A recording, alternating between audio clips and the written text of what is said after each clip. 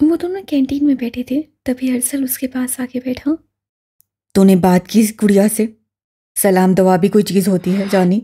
तू भी सही मेरे घर वालों की तरह उसकी फिक्र में घुला जा रहा है। याया ने जरा गैर संजीदगी से कहा। बकवास बंद कर कमीने। तुझे पता है वो शख्स कैसा है, फिर भी तू इतने आराम से कैसे बैठा है? अरसल भड़क उठा। तो और क्या करूं? बात करके देख चुका हूं, वो नहीं सुनती मेरी कोई भी बात। तो अब तू क्या चाहता है? उसके पाँव में गिर जाऊं और गिड़गिड़ाऊं कि खुदा का वास्ता मत करो शादी उस शख्स से। याया बगैर जगह का ख्याल किए चिंगाड़ा। अरसल को गुस्सा करना महंगा पड़ गया। यही यही तेरा जो गुस्सा है, इसे कंट्रोल करना तो सीख ले अगर, तो कुछ बिगड़े ही नहीं। बाहुदा, मेरा गुस्सा काबू में ही है। अगर ना होता तो अब तक मैं उस शख्स के साथ उसे भी आग लगा चुका होता जो ख्वामखा एक बगैरत से शादी करने पर तुली हुई है। याया ने स्नो नहीं कहा था। अरसल को उससे बहुत कुछ बदला हुआ नजर आया। या इधर देख मेरी तरफ। अरसल ने जैसे कहा, याया ने मुंह फेर लिया। इधर देख कमीने, मुझे बता रात कहाँ गुजार के आया है? उसका गिरबान पकड़े अरसल चीख पड़ा। जहाँ का तू सोच रहा है बिल्कुल वहीं गुजार कर आया हूँ, और पी कर भी आया था।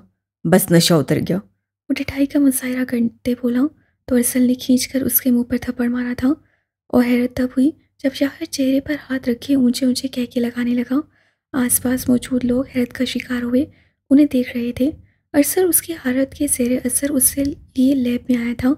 अब वो हंस नहीं रहा था, सिर्फ खामोश था। अरसल लैब का दरवाज़ा बंद करते उसकी जानिब मुड़ा, और जो ही वो मुड़ा याया उससे सीने से लगा रो पड़ा। अरसल ने उसे रोने दिया, और जब वो खामोश हुआ तो बोला। तुझे ड्रिंक करने से डॉक्टर ने मना किया था। या मत कर ऐसा, मर जाएगा तू। अरसल की आवाज़ में नमी घुल गई। मुझ जैसे ढीठ इतनी आसानी से नहीं मरते जानी। अभी तक सिर्फ वो मुझसे नफरत के दावे करती थी, मगर अब मुझे लगता है मुझे भी उससे नफरत हो रही है। मुझे अब वो अच्छी नहीं लगती। वो मेरी स्नो वाइट नहीं रही। जिसके लिए मैं इंसान बना था, उससे मुझे फिर से हैवान बना दिया। वो कहती थी, या तुम अपना ख्याल रखा करो, किसी के लिए ना सही मेरे लिए, अपनी स्नो वाइट के लिए। नूर को भुलाना मुश्किल था, मगर उसे खुश रखने के लिए खुश रहने लगा। अंदर मची बर्बादी को दबाता रहा, सिर्फ उसे मुतमईन रखने के लिए। और आज उसने क्या किया मेरे साथ, जिसके लिए मैंने खुद को सरता पैर बदल डाला। वो मुझसे सिर्फ इसलिए नफरत करने लगी क्योंकि मुझे उससे मोहब्बत नहीं हुई। और वो नाराज है मुझसे। मैंने माफ़ी मांगी ना। और कौन सा मैंने उसे पूरी दुनिया के सामने डरपोक कहा था? सिर्फ तेरे सामने कहा था। तो किस बात की वो मुझे इतनी बड़ी सज़ा दे रही है, जबकि वो खुद मुझे तमाम घर वालों के सामने कई बार जलील कर चुकी है। बस बहुत हुआ। उसे बहुत शौक है कुएं में कूदने का, तो वो कूदे, मेरी बला से भाड़ में जाए, जिससे मर्जी शादी करे। अब या मीर उसकी ज़िंदगी में मदाखलत नहीं करेगा। अरसल सिर्फ उसे सुन रहा था। वो लड़का हर गुजरते दिन के साथ उसकी समझ से बाहर होता जा रहा था। उसे डर था तो बस उस बात का कि वो गुस्से का तेज था और खुद को या किसी को नुकसान पहुंचा सकता था। वैसे वो लड़की बहुत क्यूट है खान। कौन सी लड़की? आर्यान मलिक की बेटी ईसा मलिक। जवाब फौरन आया। हैरत है, तुम्हें भी कोई अच्छा लगा? यहान हंस दिया। वैसे मुझे नहीं लगता वो मॉन्स्टर को एक्सेप्ट करेगी। तुम्हें ऐसा क्यों नहीं लगता? जबकि अगर भाई एक बार उस लड़की के सामने मार्क्स से बगैर चले जाए ना, तो मुझे यकीन है वो लड़की पलके भी झपकाना भूल जाएगी। रिजेक्ट करना तो दूर की बात है। खान के लहजे में गरूर था। क्यों, वो कोई फीमेल मॉन्स्टर है जो तुम्हारे इस मॉन्स्टर को देखने के बाद पलके झपकाना भूल जाएगी? अनहरा टेढ़े मेढ़े मुंह बनाती धुंधी से गोया हुई। नहीं, वो फीमेल मॉन्स्टर नहीं है। हाँ, मगर ये वही लड़की है जिसे 11 साल की उम्र में मॉन्स्टर से इश्क हुआ था। What the hell? अनहरा सर थामे यहान को देखी गई। वो लड़की सिकंदर से मोहब्बत करती है? ये वही लड़की है जिसकी वो। अनहरा आगे कुछ कहती यहान की घूरी पर फौरन से बात बदल दी। मगर सिकंदर तो उससे मोहब्बत नहीं करता, फिर क्यों उसके पीछे पड़ा है? क्योंकि वो सिकंदर हाजिक मुगल की जीत है। मोहब्बत तो वक्ती जज्बा है, मगर जीत अजल तक रहती है। और मैंने जिंदगी में जीतने के अलावा और कुछ नहीं सीखा। अपने पीछे से उसकी भारी आवाज़ सुने अनहरा और खान दोनों पलटे। मतलब आप उससे झूठी मोहब्बत का ड्रामा रचा रहे हैं? वो बेयकीनी से बोली। नहीं, मुख्तसरन कहा गया। मैं मोहब्बत का ड्रामा नहीं रचा रहा, मैं खेल खेल रहा हूँ। ऐसा खेल जिससे बज़ाहिर जीत इज़ा मलिक को होगी, मगर असल खिलाड़ी सिकंदर हाजिक मुगल होगा। वो तनफ्फुर से कहता हंसा। मैं ऐसा कुछ नहीं होने दूंगी, सुना आपने? मैं आपको उस लड़की की ज़िंदगी बर्बाद नहीं करने दूंगी। अनहरा गुस्से की ज्यादा से चीखने लगी। सिकंदर का भी पारा हाई हुआ। वो अपनी जीत इतनी नज़दीक पहुंचकर हार नहीं सकता था। उसने वेस्ट से गन निकाली और यहान के सर पर रखी थी। जिस दिन तुमने मुझसे बगावत करने की सोची, उसी दिन तुम्हारा भाई मेरे हाथों अपनी जान से हाथ धो बैठेगा। यहान मुतमिन सा खड़ा था, जबकि अनहरा आंसू से भरी आंखें लिए कभी सिकंदर तो कभी यहान को देख रही थी। रोना बंद करो एनी। सिकंदर ने अपने नरमी से कहा। एनी नाम उसे सिकंदर की बदौलत ही मिला था। जो हो रहा है बिल्कुल दुरुस्त हो रहा है। तुम वक्त आने पर सब समझ जाओगी। ये जीत ही सब कुछ है हमारे लिए। वो बोलता गया, ये सब कुछ दुरुस्त नहीं हो रहा। ये सिर्फ खुदगर्जी है। और ये खेल मत खेलें, वो लड़की वाकई में आपसे सच्ची मोहब्बत करती है। मैंने देखी है उसकी आंखों में आपके लिए मोहब्बत। उसे तोड़े मत। वो जैसे इल्तिजा कर रही थी। इस गर्ज से भरपूर दुनिया में बेगर्ज होना मेरी सेहत के लिए मुफीद नहीं है। और तुम मुझे खुदगर्ज कह सकती हो। मैं अपनी जीत नहीं छोड़ सकता। हाँ, फिर आपकी वजह से किसी लड़की का वजूद तार तार हो जाए, उससे कोई फिक्र नहीं होगी। नहीं होगी, क्योंकि खुदगर्ज इंसान सिर्फ अपने बारे में सोचता है। सिकंदर कहता निकल गया। अनहरा किल्तचाई नसें यहान की तरफ उठी, इसलिए वो भी अंदर की तरफ बढ़ गया। रात के तकरीबन 11 बज रहे थे जब कोई छुपते छुपाते उसके फ्लैट पर आया था। ग्रे हुडी में चेहरा छुपाए वो डुप्लीकेट की यूज़ करता फ्लैट में दाखिल हुआ। सामने नताशा सोफे पर बैठी गोद में लैपटॉप रखे मसरूफ से नजर आई थी। उसने फ्लैट का दरवाज़ा बंद किया। नताशा उसे देखकर फिर से रुख मोड़ गई। तुम्हें मैंने मना किया था यहाँ आने से। उससे मखसूस लहजे की बजाय नरमी से फसार किया, जबकि मुकाबिल ने दूसरे सोफे पर रखे कुशन को उठाकर पूरी कुव्वत से नताशा के सर से दे मारा। ओए कमीने, ये क्या हरकत थी? नताशा पिपरी शेरनी बनी उस पर दाढ़ी, जब दूसरा तीसरा और चौथा कुशन भी उसके सर में बजा था। मैं कमीना? तो तू क्या है? हाँ, एक नंबर की फ्रॉड। मुकाबिल उसके वार से बचता चीखा। मुझे तूने यहाँ बुलाया। मुझे वहाँ फ्लॉप पड़े मिशन में पुराने बैक हीरो की तरह डालकर तो खुद यहाँ पे आके बैठ गई। तुझे शर्म आनी चाहिए ताशा। मैं तेरी वजह से पाकिस्तान आया था और तूने मेरे साथ क्या किया? उसकी धाइयाँ सुने तो ताशा हंसी। हंसना बंद कर बंदरिया कहेंगी, वरना सारे दांत तोड़ दूंगा तेरे।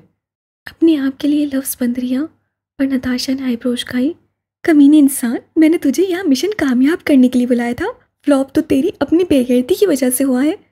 नताशा ने वही कुशन पेदर पे उसके सर में मारते कहा तो उससे भी कुशन उठाया। रुक जा, मैंने तुझसे कहा था यहाँ आना है, ईसा के दिल से उस जेवल की मोहब्बत को ख़त्म करना है। मगर नहीं, तुझसे तो ये हुआ नहीं, बल्कि आने के 2 दिन बाद ही अपना दिल ही तो उस लड़की के कदमों में पटक दिया। वाह वाह, क्या कहने हैं तेरे। तो क्या मिशन फ्लॉप ना होता? नताशा ने उसे घूरते ससाई किया। वो सर झुकाए बैठा रहा। नताशा को उस पर तरस आया। कुशन फर्श पर रखे वो उससे करीब कारपेट पर बैठ गई।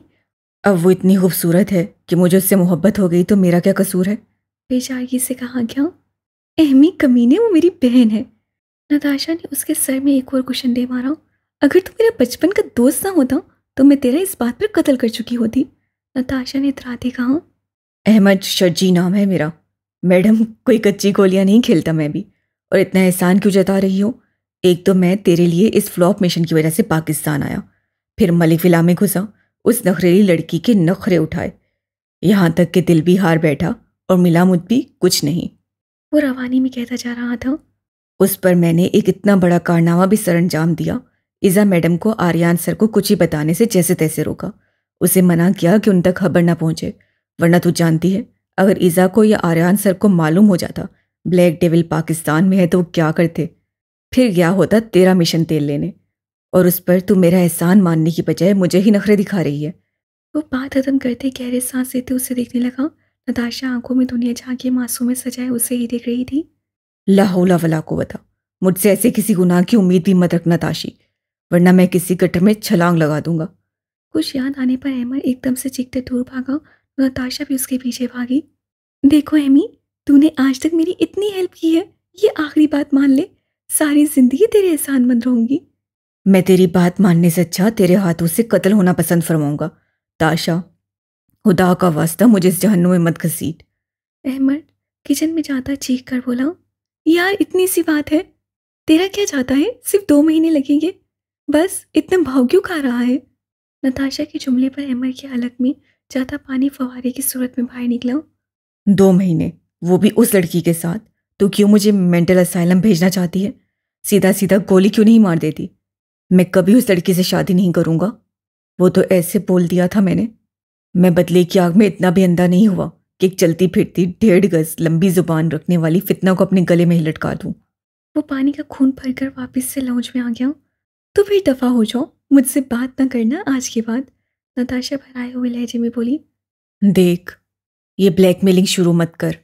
10 साल तक तुझे स्कूल में होमवर्क करके देती रही, तेरे साथ अपना टिफिन शेयर किया, तेरे लिए जॉब सेलेक्ट की, तुझे तैयारी करवाई, तुझ पर अपना वक्त इमोशन ज़ाया किए, और मुझे क्या सुनने को मिला बदले में? उससे फुल एक्टिंग करते दिखाई दी थी। बस कर। इंडियन ड्रामे की फ्लॉप अदाकारा बहुत मनहूस लग रही है।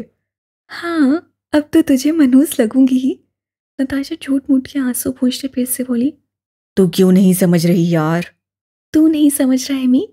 उस लड़की से शादी मतलब हम बहुत कुछ जान सकते हैं उस जेविल के बारे में, नताशा ने अब की उम्मीद भरी नसों से देखते कहा। चल, मैं सुबह तक सोच कर तुझे बताता हूँ। जहाँ अमर बोला वही नताशा खुशी से चहकती उसके पासों पकड़े जी ही। चल चल, इतनी खुशी जश्न पर मनाना। वैसे तेरे उस आइस बेयर का दिमाग आजकल हवाओं में है। वो पूरा का पूरा हवा में है मी, नताशा खिलखिला कर हंसी। चलो, तो जमीन पर कब ला रही हो उसे? अमर हंसा तो नताशा उसकी बात का मतलब समझते क्वेश्चन लेके भागी थी। कमीने, अहमी दफा हो जाओ यहाँ से। वो भी हंसा बाहर को भागा था। मुरसलीन जो गुलाब के फूलों का गुलदस्ता थामे नक्सक सा तैयार हुए उसके फ्लैट की तरफ आ रहा था। नताशा को किसी और के साथ यूं खिलखिलाकर हंसता देख उसका वजूद चल कर राख हुआ। वो आगे बढ़कर उसे दबोचता। उससे पहले अहमद जा चुका था। नताशा उसे भेजकर पलटी। दूसरी तरफ मुरसलीन को इतनी तैयारी के साथ खड़े देख वो जरा हैरत में डूबी थी। आइसफियर, तुम यहाँ, वो भी इस वक्त? नताशा ने बसाहिर मुस्कुरा कर पूछा, मगर मुरसलीन के सख्त तासुरात उससे छुपे नहीं रहे थे। क्यों? तुम किसी और के साथ बिजी थी क्या? जवाब भी उतनी ही तेजी से आया था। ये फूल मेरे लिए है। नताशा उसकी बात को नज़रअंदाज किए फूल उसके हाथ से उठ के फ्लैट में चली गई। मुरसलीन भी उसके पीछे आया था और आते ही उसकी कलाई दबोचे रुख अपनी जानिब फेरा। बात को घुमाओ नहीं नताशा, मुझे बताओ वो लड़का कौन था और रात के इस वक्त तुम्हारे फ्लैट में क्या कर रहा था वो? मुरसलीन एक तेज नज़र बिखरे सामान पर डालकर कराहत लहजे में बोला। क्या मतलब कौन था, और ये किस टोन में तुम मुझसे सवाल कर रहे हो मुरसलीन? नताशा हक्का बक्का थी। किस टोन में का क्या मतलब है? मुझे बताओ कौन था वो? वो गुस्से की ज्यादती से चीख पड़ा। आंखें हद लाल हो रही थीं। और किस हक से रात के इस पहर वो तुम्हारे फ्लैट पर आया था? यही सब करने के लिए तुम अलग हुई थी? यही, ताकि ऐसे खुली आज़ादी से किसी को भी रात की किसी वक्त भी? वो मजीद कुछ बोलता कमरे में थप्पड़ की गूंज उभरी। Shut up, just shut up. उंगली उठाए उसे सख्त तेवरों में फोन किया। क्यों शट अप? हाँ, क्यों? मुरसलीन ने बिफरा शेर बनी धाड़ा फूलों को इंतहाई बेदर्जी से जमीन पर पटका। था कौन वो जिसकी वजह से तुमने मुझ पर हाथ उठाया? उसका बस नहीं चल रहा था। वो खुद को कत्ल कर देता या उस लड़की को। गर्दन की रगें तन गई थी। आंखों में अजीब सा सटपन नुमादार हुआ था। ये थप्पड़ उसकी वजह से नहीं, तुम्हारी बकवास की वजह से मैंने तुम्हें मारा है मुरसलीन शाह। और जो कोई भी था वो मेरा बहुत करीबी था। तुम्हें किसने हक दिया है मुझसे सवाल जवाब करने का? सिर्फ मोहब्बत करती हूँ तुमसे, शोहर नहीं हो तुम मेरे, कि तुम्हारी हर बात की जवाब दूंगी। उसे यूं आंख बगौला होते देखकर नताशा की देवी छड़ी थी। वो कैसे बर्दाश्त करती? जिस पर वो आंखें बंद करके यकीन करती है वही शख्स उस पर यूं इल्ज़ाम लगाता। मुरसलीन कई लम्हे उसे देखता रहा। उसका दिमाग फ्रीज हो रहा था। हाथ कपकपा रहे थे। नताशा से उसकी गैर होती हालत छुपी नहीं रही थी। मैं गलत था, तुम भी सब जैसी हो। वो लड़खड़ाती आवाज़ में कहता पीछे हुआ। नताशा ने उसकी हालत के बरक्स उसे थामना चाहा। मुरसलीन, तुम ठीक हो? नताशा उसे छूती। मुरसलीन झटका खाकर पीछे हुआ। हाँ।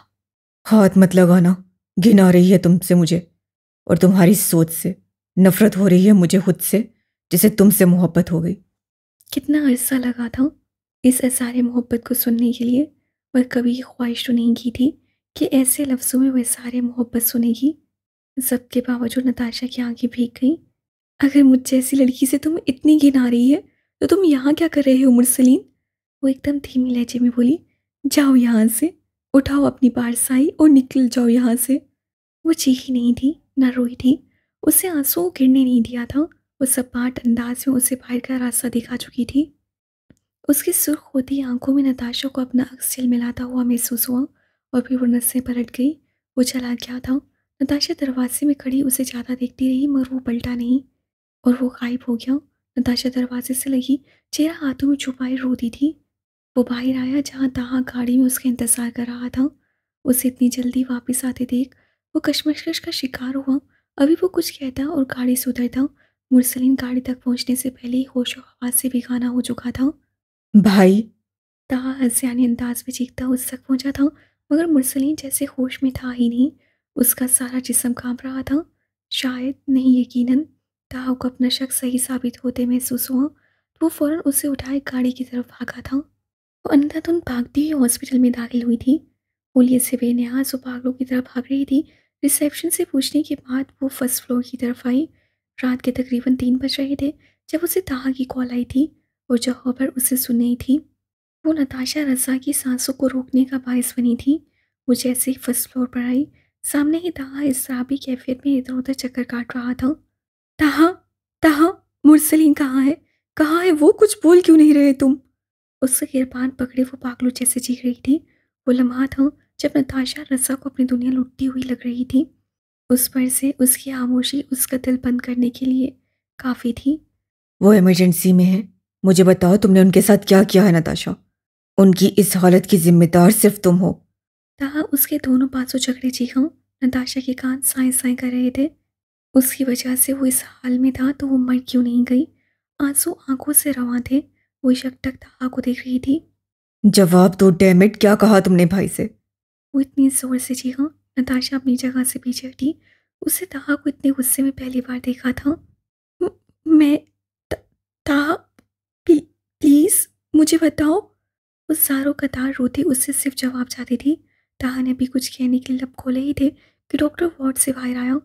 आप लोग प्लीज यहाँ शोर मत मचाएं, पेशेंट डिस्टर्ब हो रहे हैं। डॉक्टर के कहने पर ताहा ने फौरन माजरत की। डॉक्टर, डॉक्टर क्या हुआ है मुरसलीन को? वो ठीक तो है ना? उसे कुछ नहीं हुआ? बताए मुझे क्या हुआ है उसे? वो बेरब जुमले बोल रही थी। डॉक्टर शायद ताहा का पहचान का था, इससे उससे पहले ताहा की तरफ देखा। जिस पर ताहा ने सबसे उसका इंट्रो करवाया। मेरी कज़न है। उसके जवाब पर डॉक्टर ने सर हिलाते नताशा से कहा। उन्हें बीमारी है जिसे आमतौर पर लोग एपिलेप्सी कहते हैं। नताशा के पैरों तले से जमीन सर की। वो शौक थी। डॉक्टर के बाद ताहा को देखने लगी। मगर उसे कभी सर पर चोट नहीं लगी डॉक्टर? ये बीमारी सिर्फ चोट लगने से नहीं होती मैम, ये एक ट्रॉमा जैसे होती है। और मुरसलीन सर पिछले 13 साल से इस ट्रॉमा से गुजर रहे हैं। He is my regular patient. Natasha को लगा उसका दिल किसी ने भारी शय के बोझ तले दबा दिया है। बेसाख्ता उसका हाथ दिल के मुकाम पर पहुंचा। He is my regular patient. वो लफ्ज़ उसके जहन पर हथौड़े बरसा रहे थे। इससे पहले वो गिरती ताहा ने उसे संभाला और बेंच पर बिठा दिया। नताशा ने सर्द बेगाना नजरों से उसकी तरफ देखा जो ताहा का दिल चीर रही थी। ऐसे मत देखो, जितने कर्ब को तुम 5 मिनट से झेल रही हो उससे कहीं ज़्यादा कर्ब मैं 13 साल से यहाँ दफन किए हुए हूँ। ताहा ने सूख आंखों से उसे देखते दिल के मुकाम पर हाथ रखा। वो इतनी तकलीफ से गुजरता रहा और किसी ने मुझे कभी बताया तक नहीं। क्यों किया मेरे साथ तुम लोगों ने ऐसा? ताहा क्यों? नताशा सबके बावजूद ऊंचा ऊंचा रोने लगी। ताहा ने बगैर कुछ कहे उसे सीने से लगाया और नताशा उसके हजार में आते ही फूट फूट कर रोती थी। उसे भी उसे रोने दिया। जब रो का दिल हल्का हुआ तो नताशा ने ग्लास डोर से अंदर झांका। वो मशीनों में झगड़ा हुआ था। उसकी हिम्मत जवाब दे रही थी। डॉक्टर का बुलावा आया। वो दोनों केबिन में थे। मैंने कहा भी था उन्हें स्ट्रेस से दूर रखें। आपकी ज़रा सी बेहतियाती ने उन्हें आज मौत के मुंह में पहुंचा दिया था। डॉक्टर का लहजा सख्त हुआ था। ताहा ने उसे देखा। नताशा शर्मिंदगी से सर झुका गई। आप जानते हैं अगर कुछ देर और वो इस हालत में रहते तो उन्हें ब्रेन हेमरेज भी हो सकता था। डॉक्टर के लफ्ज़ तीर की तरह उन्हें चुभ रहे थे। अभी वो कैसे हैं? ताहा ने हिम्मत करके पूछा। खतरे से बाहर है मगर आज रात अंडर ऑब्जर्वेशन रखेंगे हम उन्हें। डॉक्टर ने बात खत्म की। वो दोनों यूं ही शिकस्त होश से चलते वापस अपनी जगह पर आकर बैठे। तुम मुझसे क्या छुपा रहे हो ताहा? उसका सपाट अंदाज उसे ठठरने पर मजबूर कर गया। मैं जानती हूँ ऐसा कुछ ज़रूर है जो मेरे इल्म में नहीं है। जो बहुत भयानक है, जिसकी वजह से आज मुरसलीन इतनी तकलीफ में है। मुझसे झूठ मत कहना था। हाँ, तुम्हें खुदा का वास्ता मुझे बताओ, मैं उसकी तकलीफ कम करना चाहती हूँ। उसके लहजे की शिद्दत ऐसी थी जैसे अगर उसे हकीकत मालूम ना हुई तो वो पागल हो जाएगी। तुम पहले गहरी सांस लो नताशा, खुद को संभालो। अगर सच सुनना है तो खुद को मजबूत बनाओ, वरना तुम भाई को कैसे संभालोगी? ताहा ने उसके बाल सहलाते बड़े भाई की जैसी नरमी से कहा था। नताशा ने वैसा ही किया और बच्चों जैसे सवालिया नजरों से देखने लगी। ये उन दिनों की बात है जब मैं और भाई यूनी में इकट्ठे हुआ करते थे। वो हमारा लास्ट डे था, सब बहुत खुश थे। हम सब ने उस दिन को यादगार बनाने के लिए बहुत कुछ किया था, मगर भाई के लिए वो दिन ऐसे यादगार बनेगा कभी सोचा नहीं था। हमारी यूनी में उस वक्त 2 हाईली पावरफुल पार्टीज हुआ करती थी। एक के नुमाइंदे भाई थे और दूसरे के हमारे रॉयल, किसी अमीर बाप की बिगड़ी औलाद था कोई। यूनी में भाई द फाइटर के नाम से जाने जाते थे, वो कमाल के फाइटर थे, और मैं द वाइपन के नाम से। सब कहते थे कि अगर मुरसलीन रमीज शाह फाइटर है तो ताहा मीर उसका वेपन है। हमारे वोटर्स और चाहने वाले हमेशा शाम से ज़्यादा रहे थे। यही बात थी जो उसे सुकून नहीं लेने देती थी। भाई पढ़ाई से लेकर स्केचिंग, फाइटिंग, स्पोर्ट्स सब में बेस्ट थे। इससे यूनी के तलबा ही नहीं, टीचर्स भी उनके गर्विदा थे। लड़कियां तो बस उनकी एक नज़र करम पर मिट जाती थी। सब बहुत अच्छा चल रहा था। आखिरी दिन को यादगार बनाने के लिए हम सब ने क्लासेस में जाकर बोर्ड पर परमानेंट मार्कर से स्केचेस करने का प्लान बनाया था। सब इंजॉयमेंट में मसरूफ थे, इसलिए ज़्यादातर क्लासेस खाली थी। भाई और मैं 6 दोस्तों के साथ एक खाली क्लास में पहुंचे। स्केचिंग वगैरह के बाद जब वापस निकले तो भाई को याद आया वो अपना कोट अंदर ही भूला है। वो वापस गए। जब तक हम सब अपनी अगली क्लासेस में चले गए थे, तभी उन्हें क्लास में अकेला देखकर इब्शाम ने चाल चली और अपनी गर्लफ्रेंड को भाई के पीछे भेज दिया। वो जैसे ही अंदर गई, भाई ने उसे देखा तो उन्हें कुछ गलत होने का एहसास हुआ। इससे पहले वो बाहर निकलते उस लड़की ने अपने बाजू खुद ही चाक कर दिया, बाल खराब कर दिए। अपने कपड़े जगह जगह से फाड़ने के बाद वो चीखती रोती बिलखती बाहर निकली और धाइयाँ देने लगी। स्टूडेंट्स तमाशा देखने के लिए वहाँ इकट्ठे होने लगे। जब हमें खबर मिली कि इब्शाम और भाई की लड़ाई हो गई है, हम भागते वहाँ पहुँचे थे जहाँ वो एक दूसरे से गुत्थम गुत्था थे। वो लड़की वाहियात इल्ज़ाम लगा रही थी भाई पर कि उन्होंने उसके साथ ज़बरदस्ती करने की कोशिश की है। पहले तो उन्हें कुछ समझ नहीं आया। वो मफलूज होते ज़हन के साथ तमाम स्टूडेंट्स को देखते रहे जो चामगोइयाँ करने में मसरूफ़ थे। कुछ का कहना था उन जैसे दरिंदे यहाँ रहने के काबिल नहीं हैं। कुछ बोल रहे थे ऐसे फरिश्ता सिर्फ लोग ही हैवानियत का दूसरा रूप होते हैं। और क्या क्या बताऊं, वो अल्फाज नहीं थे, वो पिघला हुआ सीसा था जो उनके कानों में लोग अंढेल रहे थे। वो जहर था जिसे उस मासूम से शख्सी ज़िंदगी में इतना जहर घोल दिया कि उसे इंसानों से ही डर लगने लगा। उस मासूम से इंसान का इंसानों से भरोसा उठ गया। बात प्रिंसिपल तक पहुंची। इब्शाम चाहता था खबर मीडिया में जाए, मगर जैसे तैसे उन्होंने संभाल लिया। मगर वो एक खरे इंसान थे जिन्हें लोगों को परखना आता था। उन्हें मुरसलीन भाई से ऐसी किसी हरकत की उम्मीद नहीं थी। वो जानते थे ये सब इब्शाम की चाल है, मगर हमारे पास कोई प्रूफ नहीं था। वो मसला ठप हो गया। प्रिंसिपल ने मलिक फिला में भी किसी को इस बात की खबर नहीं होने दी। वह हर दिन क़यामत की तरह था जो आज तक उन पर गुजर रहा है। वह खामोश हो गए थे। लोगों की तमस्सुर उड़ाती नजरें और लहजों ने उनके साफ ज़हन पर ऐसा असर छोड़ा था कि वो दुनिया जहां से कट कर रह गए। उन दिनों हम यूनी के बाद इस्लामाबाद चले गए थे। वहीं से भाई को ये दौरे पड़ना शुरू हुए। उनका जिस्म सख्त होने लगता। वो होशो हवास खो बैठते थे, हाई नज़रों से देखते रहते, कभी कभी गिर पड़ते और फिर ऐसे देखते जैसे वो किसी अलग ही दुनिया में आ गए हैं। उस दिन का असर आज तक उनके जहन पर है। हमने अच्छे साइकोलॉजिस्ट से लेकर बेहतरीन डॉक्टर्स तक को चुना, मगर वो बीमारी जैसे उन्हें चिपक के रह गई थी। वो हर रात उठ के बैठ जाते, कभी कभी रोने लगते। वो टूट से गए थे, लेकिन उन्हें लगता था वो वाकई में कसूरवार है, मगर ऐसा नहीं था। वो खुद से भागने लगे थे। उन दिनों में वकास अंकल ने तुम्हारे लिए जब वहाँ बात की तो मुरसलीन भाई ने फ़ौरन मना कर दिया। उन्हें खुद से डर लगने लगा था। वो समझते थे वो अच्छे इंसान नहीं है, वो तुम्हारे काबिल नहीं है, इसलिए वो तुमसे दूर भागते रहे। मलिक विला में सब ने उन्हें बहुत डांटा, मगर किसी को अपने साथ हुई नाइंसाफ़ी नहीं बता सकते थे। इससे खामोशी से सबकी बातें सुन लेते। क्या तुम ऐसे शख्स की तकलीफ़ का मदावा कर सकती हो जिसने अपनी ज़िंदगी में कभी किसी लड़की को नज़र उठाकर देखा तक ना हो और उन पर किसी लड़की के साथ ज़्यादती करने का इल्ज़ाम लगा दिया जाए? ऐसा पाकीज़ा शख्स जिसकी पाकीज़ी को दागदार करके उसे दरिंदा और हैवान जैसे लफ्ज़ सुनाए गए हों। मैंने बहुत सहा है नताशा, मैंने उस शख्स को टूटते देखा, उसकी ज़ात को ज़रा ज़रा बिखरते देखा है। यह आसान नहीं होता। जब आप किसी एक शख्स के लिए खुद को उसकी अमानत समझकर हमेशा महफूज रखो, मगर कोई आप पर आकर बदकिरदार होने का टैग लगा दे, आपको गलत ना होते हुए भी कोई इंसाफ ना दिला सके। मैंने उस शख्स को अपने आप में मरते देखा है। मैंने उस शख्स के कहकाओं को सिर्फ ज़रा सी मुस्कुराहट में बदलते देखा है। अपनी गुफ्तगू से दूसरों को ज़ेर करने वाले को सिर्फ हूँ हाँ में बात करते सुना है। अपने आप में कैद होते देखा है। खुद ही खुद से जंग लड़ते देखा है। मैं थक गया हूँ। मैं उन्हें अब और तकलीफ में नहीं देख सकता। जिस दिन तुम उन्हें बगैर बताए दुश्मनों के इलाके में घुसी थी, वो रात भी उन्होंने हॉस्पिटल में गुजारी थी। वो इस सब से बाहर आ रहे थे, तुम्हें समझने लगे थे। अपने डर पर काबू पाकर उन्होंने तुम्हारी तरफ कदम उठाया था, मगर आज उनकी ऐसी हालत, मुझे नहीं मालूम तुम दोनों के दरमियान क्या हुआ, मगर जो भी हुआ बिल्कुल ठीक नहीं हुआ नताशा। मैं उनकी इतनी खराब हालत कभी नहीं देखी।